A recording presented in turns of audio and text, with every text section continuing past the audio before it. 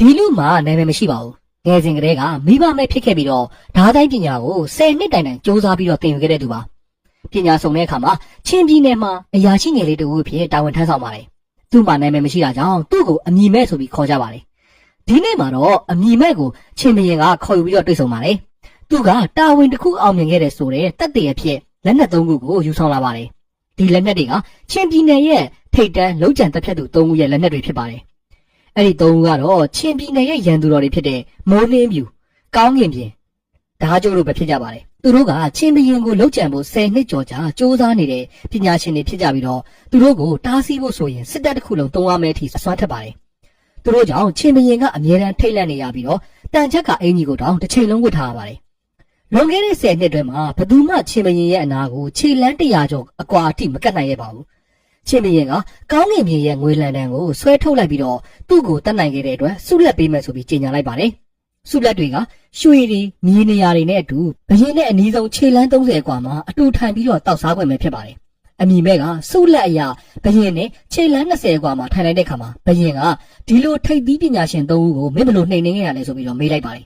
အမည်မဲ့ကသူတို့တယောက်ချင်းစီကိုဘလို့ကင်တွယ်ခဲ့လဲဆိုတာကိုရှင်းပြပါတယ်မိုးနှင်းပြူနဲ့ဓာကြိုးတို့ကချစ်သူတွေဖြစ်ပြီးတော့သူတို့2ယောက်ပေါင်းနေရင်ဘလို့မှမနိုင်ပါဘူးဒါပေမဲ့သူတို့ကစကားမပြောဖြစ်တာ3နှစ်ကျော်ပါပြီအကြောင်းရင်းကတော့မိုးနှင်းပြူကကောင်းကင်ပြင်နဲ့ဖောက်ပြန်နေလို့ပါအမည်မဲ့ကသူတို့ချားမှာအကွဲအပြဲဖြစ်အောင်မိုးနှင်းပြူရဲ့ချစ်သူကောင်းကင်ပြင်ကိုအရင်ဆုံးလုပ်ကြံမှုဆုံးဖြတ်ခဲ့ပါတယ်အဲ့ဒီနေ့မှာချင်းနန်းတော်ကဓာသမား9ယောက်ကကောင်းကင်ပြင်ကိုတွားရောက်နေနေပေမဲ့မနိုင်ခဲ့ကြပါဘူးအဲ့နောက်မှာအမည်မဲ့ကသူ့ဘာသူဖမ်းဆီးပြရစီဆိုပြီးတော့တောင်းဆိုခဲ့ပါတယ်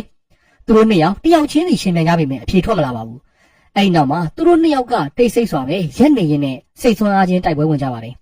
အတော်ကြာတိတ်ဆိတ်ပြီးတဲ့နောက်မှာအဖိုးတို့ရဲ့တူရိယာတီးခတ်မှုပြီးဆုံးသွားတဲ့ခါမှာတော့နောက်ဆုံးအဆုံးဖြတ်ပေးရမယ့်အချိန်ရောက်လာပါတယ်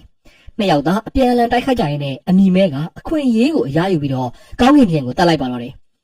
အဲ့နောက်ချင်းဘရင်ကဓာကြိုးနဲ့မိုးနှင်းပြူတို့ရဲ့လက်နက်တွေကိုကောက်ကန်လိုက်ပါတယ်သူတို့ကိုတတ်နိုင်တဲ့သူကိုပေးမဲ့ဆုလက်တွေကတော့ရွှေတွေမြေနေရာတွေနဲ့အတူဘရင်နဲ့10လမ်းกว่าထိကပ်ပြီးတော့ဝိုင်းတောက်ခွင့်ပဲဖြစ်ပါတယ်ချင်းဘရင်ကလွန်ခဲ့တဲ့3နှစ်ကအဖြစ်အပျက်ကိုပြန်ပြောပြပါတယ်အဲ့တုန်းကမိုးနှင်းပြူနဲ့ဓာကြိုးတို့နန်းတော်ကိုကျူးကျော်ဝင်ရောက်လာတော့ကသူ့ရဲ့စစ်တီ3000တောင်မှသူတို့ကိုမတားနိုင်ခဲ့ပါဘူးမင်းရဲ့ဓာကသူတို့ထက်ပိုမြန်လို့လားဆိုပြီးတော့မေးလိုက်ပါတယ်အမည်မဲကကျွန်တော်ဓာကသူတို့ထက်မမြန်ပါဘူးဆိုပြီးတော့ပြောလိုက်ပါတယ်ဒါနဲ့ဘရင်ကမင်းသူတို့ကိုဘယ်လိုနိုင်ခဲ့ရလဲဆိုပြီးတော့ထပ်မေးလိုက်ပါတယ်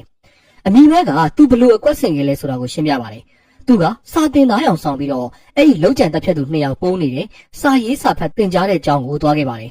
်အဲ့ဒီမှာသူကဓာဆိုတဲ့စလုံးကိုအလံပေါ်မှာရေးပေးဖို့ဓာကြိုးကိုတောင်းဆိုခဲ့ပါတယ်ဓာကြိုးစာရေးနေတဲ့အချိန်မှာပဲချင်းစစ်တပ်ကသူတို့ကိုဖမ်းဖို့ရောက်လာပြီးတော့မြားရီနဲ့ဒလဇက်ပစ်ပါတော့တယ်အဲ့ဒီချိန်မှာမိုးနှင်းပြူကထွက်လာခဲ့ပြီးတော့ကြောင်းထဲကိုမြားရီမုံအောင်ကာဝယ်ပေးခဲ့ပါတယ်အမီမဲကလည်းသူမကိုကူညီပေးခဲ့ပါတယ်မြားပစ်တာတွေရက်သွားတဲ့ခါမှာမိုးနှင်းပြူကမင်းတီကိုစလုံးလာတော့တာမဟုတ်ဘူးမင်းမတူလဲဆိုပြီးတော့အမီမဲကိုမေးပါတယ်အမီမဲကသူကကမ်းလန်းချက်တစ်ခုနဲ့လာတာဖြစ်ကြောင်းစိတ်ဝင်စားရင်ဒီညစာကြီးတိုင်းမှာလာတွေ့ဖို့ပြောခဲ့ပါတယ်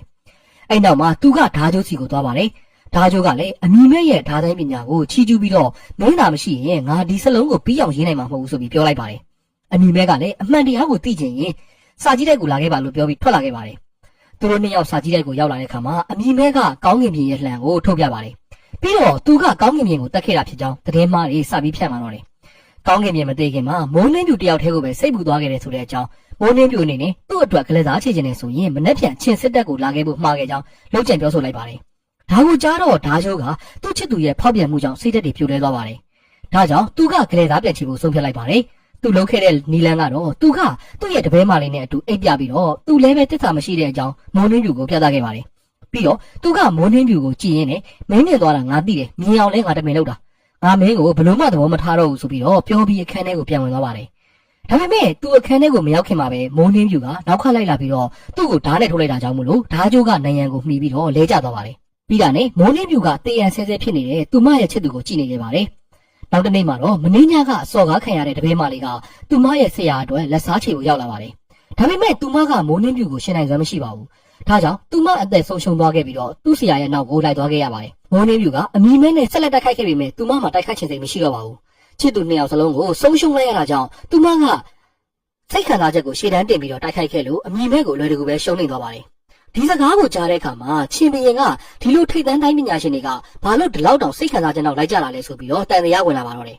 အဲ့ဒါနဲ့ချင်းဘီရင်ကအမိမဲကိုမင်းပြောတဲ့ဇလန်းကနားထောင်လို့တော့ကောင်းတယ်ဒါပေမဲ့ငါမင်းကိုထင်သေးသွားခဲ့ပြီလွန်ခဲ့တဲ့3နှစ်ကငါသူတို့ကိုတွေ့ဘူးတယ်သူတို့ရဲ့တက်တိနဲ့တိတ်ခါကိုငါအရန်လေးစားခဲ့တာသူတို့တွေက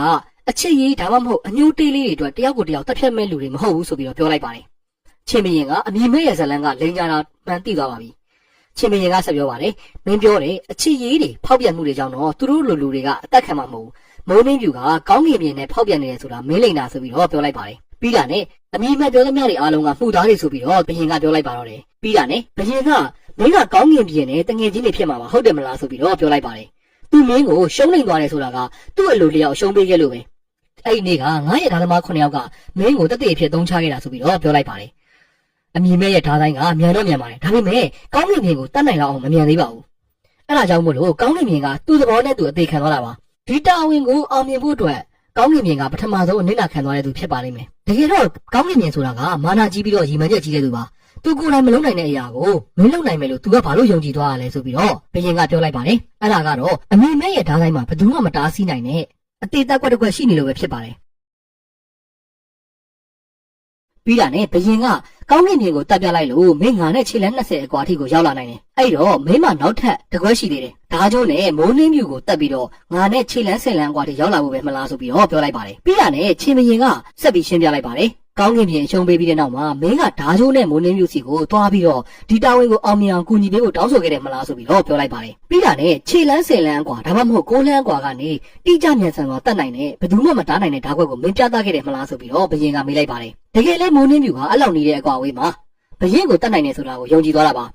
ဒါကြောင့်ဓာကြိုးကိုလည်းဒီအစီအစဉ်မှာကူညီဖို့ပြောလိုက်ပါတယ်သူတို့နှစ်ယောက်ကဒီတာဝန်အတွက်အသေးခံဖို့အစဉ်သင်းဖြစ်နေတာပါတကယ်တော့မိုးနှင်းပြူတို့အတွဲနဲ့အမိမဲတို့မတိုက်ခိုက်ခင်မှာမိုးနှင်းပြူကဓာကြိုးကိုတိတ်တဆိတ်ဓာတ်နဲ့ထိုးခဲ့လိုက်တာပါဓာကြိုးတိုက်ပွဲထဲမဝင်နိုင်အောင်တားလိုက်တဲ့သဘောပါသူမကပဲနစ်နာခံသွားပြီးတော့ဓာကြိုးကိုတော့အသက်ရှင်ရဲ့ကြံရစ်ဖို့တောင်းဆိုခဲ့တဲ့သဘောပါပြီးတာနဲ့ဘရင်ကဆက်ပြီးတော့ပြောပြပါတယ်ဓာကြိုးကမင်းတည်ရင်ငါဘလို့အသက်ရှင်ရမလဲဆိုပြီးတော့ပြောပေမဲ့သူမကတော့အသက်ရှင်နေရမယ်ဆိုပြီးတော့ကြိတောင်းခဲ့တယ်မလားဆိုပြီးတော့မေးလိုက်ပါတယ်သူတို့၃ယောက်စလုံးကမင်းဒီတာဝန်ကိုအောင်မြင်ဖို့အတွက်အသက်ပေးသွားကြတာမလားဒါကြောင့်မို့လို့မင်းကအတရရှိဆုံးလုံးချန်တဲ့သူပဲဆိုပြီးတော့ပြောလိုက်ပါတယ်အဲ့လိုပြောလိုက်တဲ့ခါမှာတော့အမိမဲကချင်းဘရင်ကိုပြန်ပေးလိုက်ပါတယ်သူတို့ရဲ့အစီအစဉ်ကိုဘလို့သိနေရလဲဆိုတာကိုပေါ့အဲ့ဒါနဲ့ချင်းဘရင်ကပြန်ပြီးပြောလိုက်ပါတယ်မင်းရဲ့ရင်ထဲမှာရှိတဲ့အမုန်းတရားတွေကအရန်ကိုပြင်းထန်လွန်တာကြောင့်ငါဘေးကဖျောင်းနိုင်ပြီးတော့တောင်အဲ့ဒီအမုန်းတရားကိုအာယုံခံမိတယ်ဆိုပြီးတော့ပြောလိုက်ပါတယ်ပြီးတော့ချင်းဘရင်ကမင်းပါဝင်သူတို့အားလုံးကခိုင်လုံတဲ့အကြောင်းပြချက်နဲ့ဒီတာဝန်အတွက်အသက်ပေးဖို့ဆုံးဖြတ်ခဲ့ကြတာပဲဆိုပြီးတော့ပြောလိုက်ပါတယ်တကယ်လို့ငါသာအစောကြီးကလေးကဒါကိုရိမ့်မိခဲ့ရင်မင်းကိုဒီလောက်အနီးကိုပေးကတ်မှာမဟုတ်ဘူးဆိုပြီးတော့ပြောလိုက်ပါတယ်ပြီးတာနဲ့အမိမဲကိုမင်းမတူလဲဆိုပြီးတော့မေးလိုက်ပါတယ်အဲ့ဒါနဲ့အမိမဲကကျွန်တော်ကကြောက်တိုင်းပြည်ကလာတာချင်းစစ်သားတွေကကျွန်တော်မိသားစုကိုလှုပ်ကြံခဲ့တယ်ဒါပေမဲ့ချင်းလူမျိုးမိသားစုကကျွန်တော်ကိုမွေးသားခဲ့တယ်ဒါကြောင့်အသက်ခံလိုက်ရတဲ့မိသားစုတွေကလေးစားချင်ဖို့ကြံစီခဲ့တာပါဆိုပြီးတော့ပြန်ဖြေလိုက်ပါတယ်အဲ့ဒါနဲ့ချင်းဘရင်ကငါ့ကိုတတ်မဲ့မင်းရဲ့အထားခွက်မှာနာမည်ရှိလားဆိုပြီးမေးတဲ့အခါမှာအမိမဲက10လမ်းအတွင်းအကုန်တက်လို့အမိရတဲ့အကြောင်းကိုပြပြလိုက်ပါတယ်အဲ့ဒါနဲ့ချင်းဘရင်ကငါရဲ့အဆောင်တွေကနန်းတော်ပြင်ဘက်ခြေလမ်း100ကျော်မှာရှိကြပေမဲ့မင်းကတော့ငါရဲ့ခြေလမ်း10လမ်းกว่าမှာပဲရှိနေပြီဒီနေ့တော့ငါ